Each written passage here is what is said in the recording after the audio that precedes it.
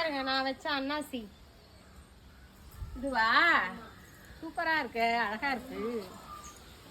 இது 2வது தடவை காய்க்குது போல. இது ஏய் நல்லா இருக்குடா பார்க்கவே. இது வச்சு எத்தனை வருஷம் ஆகுது? ஒரு 6-7 வருஷம் ஆகுது. இது வந்து எங்க பொண்ணு வச்ச செடி. இது அவங்க வீடு தோட்டம். இது அதுல இந்த அன்னாசி பழம். இது வந்து சாப்பிட்டுட்டு அந்த தலை மாதிரி இருக்கும் பாருங்க, என்ன மாந்து அந்த தலைய வந்து எடுத்து ஒரு 3 நாள் தண்ணியில வைக்கணும், மாத்தி மாத்தி. ஒரு நாள் தண்ணியை மாத்தினதும் வேறு விடும்.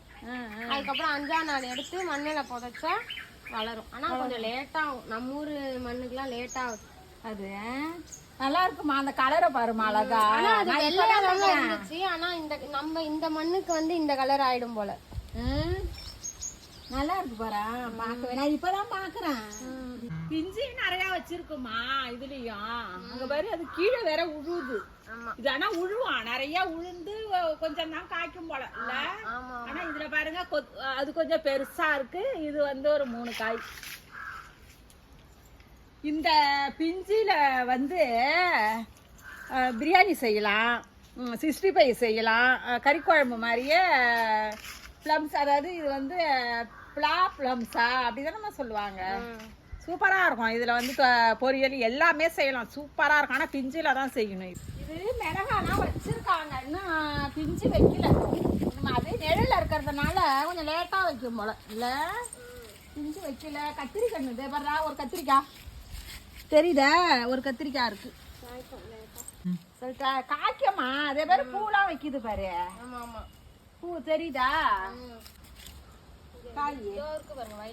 கலர் பூ பூக்குமா. இது வந்து வைலட்டு. இது ஒரு கத்திரிக்காய். இது வந்து நீல கலர்ல காய்க்கும், வரி கத்திரிக்காய். இது பாத்தீங்கன்னா வெள்ளை கலர் பூ. இது ஒரு கத்திரிக்காய். ஒவ்வொன்றும் ஒரு கலர் இருக்குல்ல. இது ஒரு குட்டி காய் இருக்கு பாருடா, சூப்பரா இருக்கு. அதுலயே இடையில இது வந்து வெண்டை செடி.